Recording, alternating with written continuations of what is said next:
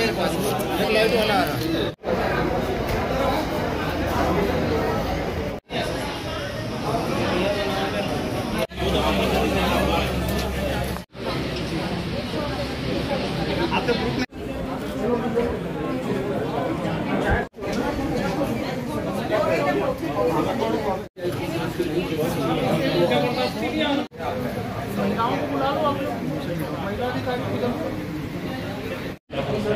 ऐसा नहीं हो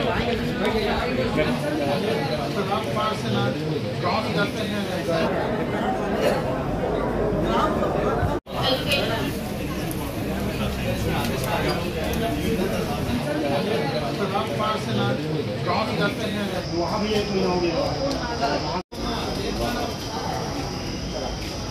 इंदिरा आवास के लिए भरा था सर, लेकिन 3-4 साल हो गया है। मेरा मिसेस हमेशा यहाँ नगर निगम में आग पता लगा कनक में आवेदन भरा था।